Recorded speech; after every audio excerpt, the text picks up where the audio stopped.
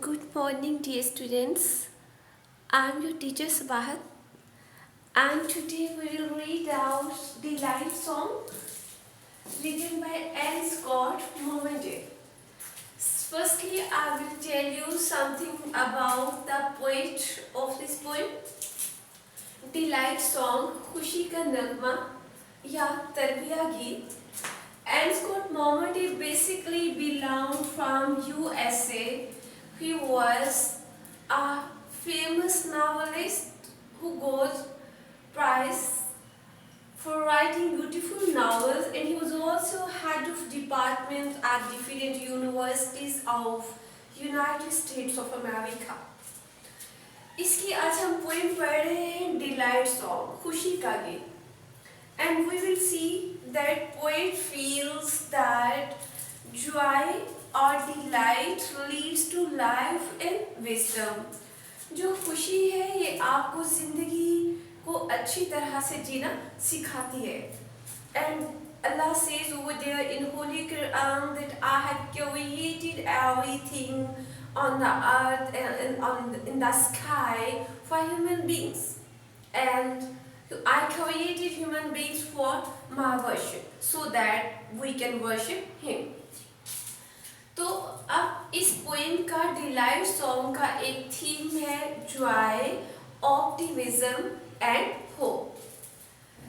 As हम देखते हैं that most of the people say that hope sustains life. उम्मीद पे जिंदगी कायम है और किसी तरह की भी जॉय जो है, खुशी जो है, वो आपको जिंदगी का एक अच्छी तरह से उसको जीने का ढंग सिखा देती है. अल्लाह से इन होली कुरान वाहुवा असहाकुवा आपका, और वही खुदा है and he your love makes you to weep and laugh. वो तुम्हारा रब है जो तुम्हें हंसाता भी है और रुलाता भी है. Okay, first year you can take tea with me.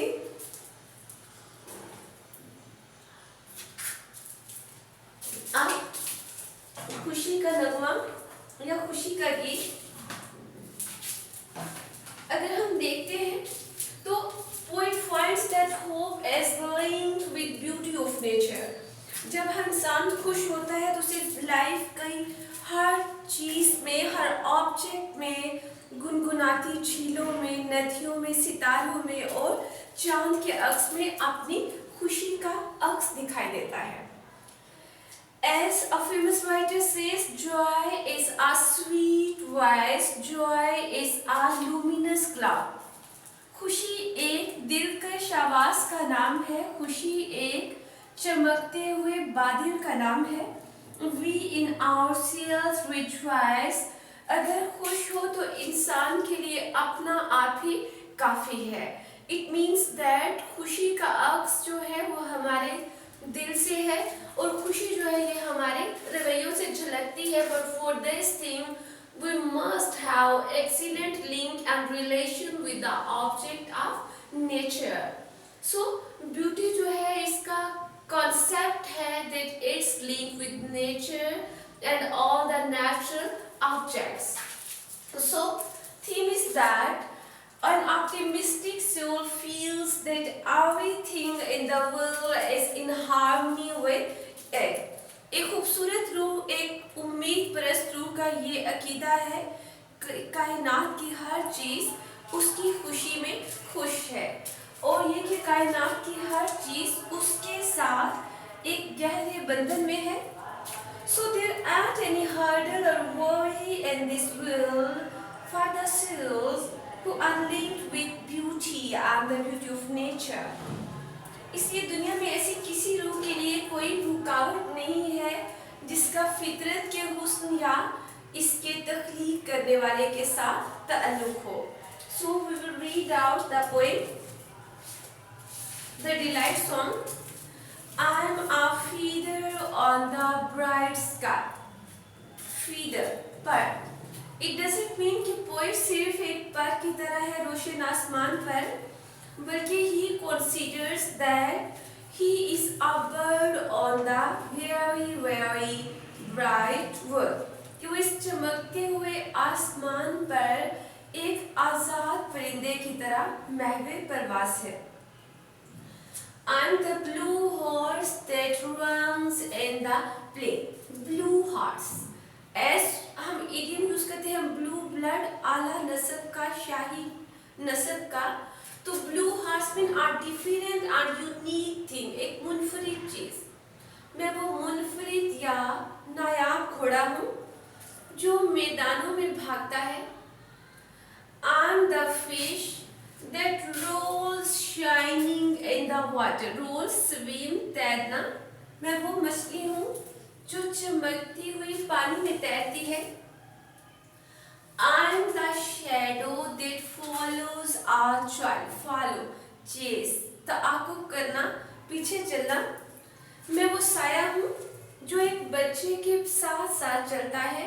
यानी अगर एक चाइल्ड लोनली भी होगा तो उसे फील होगा कि मेरे साथ अगर साया है तो मैं अकेला नहीं हूँ। सो पोएट फील्स दैट इट, जैसे एक चाइल्ड अपने साए को देखकर खुश होता है कि उसके साथ कोई है, तो उस खुशी में पोएट खुद भी शामिल होता है। I am the evening light, मैं शाम की रोशनी हूँ। The lustre of meadows, meadows meads चरागाहों को कहते हैं, पास्चर्स। लस्टर एज ग्लिटर और शाइन, मैं चरागाहों की आखिरी रोशनी हूँ, चमक हूँ। इट मीन्स जब शेफर्ड्स अपने हर्ड को, अपने कैटल को घर लेके जा रहे होते हैं तो लाइट जो है ये उनके लिए उम्मीद की एक अक्कासी करती है कि अभी उनके पास इतना वक्त है कि वो उन्हें टाइम से अपने रिवर को घर लेकर जा सके। सो उस तरह शेफर्ड की या कैटल की जो हैप्पीनेस है, जो खुशी है, पोएट उसमें शामिल है और कहता है मैं चरागाहों की रोशनी हूँ। I am the eagle playing with the wind. Eagle, the fantastic bird, the most beloved bird of our national poet अल्लामा मोहम्मद इकबाल। और ईगल की एक खूबी ये है कि ये बादलों से और तूफानों से नहीं घबराता। इसकी रीज़न ये है कि ये इनसे बुलंद होकर उड़ता है। सो पोएट का कहना है कि मैं वो बाज हूँ या शाहीन हूँ जो हवाओं से लड़ता है और अपनी परवास कभी कम बुलंदी पर नहीं ले जाता, हमेशा बुलंद परवास ही करता है। I am a cluster of bright bead. Cluster, rosary, माला, तस्बीह। मैं चमकते हुए मोतियों की एक माला हूँ। I am thou farthest star, farthest, remote, बहुत दूर का। मैं बहुत दूर का सितारा हूँ। इट मीन्स शायर अपने आप को गाइडिंग स्टार भी कह सकता है, यानी एक उम्मीद का दिया कह सकते हैं कि मैं वो उम्मीद हूँ जो दिलों में रहती है। मैं बहुत दूर का सितारा हूँ जो भटके हुए मुसाफिरों को मंजिल की राह बताता है। I am the cold of the dawn, I am the roaring of the rain. Dawn, morning, मैं सुबह की दिलकश ठंडक हूँ। और जब बारिश होती है तो मैं बादल के गरजने की आवाज़ हूँ, जो इस चीज़ का पेश खैमा है कि अगर बादल गरज रहे हैं तो बारिश भी होगी। इट मीन्स कि इस पे पोएट जो है वो हमें बता रहा है कि हमें सुबह किसी ठंडक भी होनी चाहिए और हमें बोलना भी आना चाहिए। जस्ट लाइक लाइन ड्रेयर्स, जैसे शेर जो है वो दहाड़ता है, तो इस तरह इंसान को भी अपनी राइट के लिए बोलना आना चाहिए। I am the glitter on the crust of the snow. Glitter, shine, चमक। Crust is the upper layer of the snow. बर्फ की बालाई सतह पर पड़ने वाली चमक हूँ मैं। I am the long track of moon in a lake.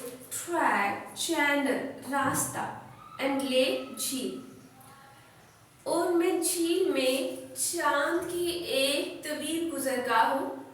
चांद a beautiful object of the world of nature, जिसे हम देखेंगे अगर आप चल रहे होंगे तो आपको यूँ लगेगा चांद आपके साथ साथ चल रहा है, और अगर पानी में आप उसका इमेज देखेंगे तो it will give you the same feeling that moon as well.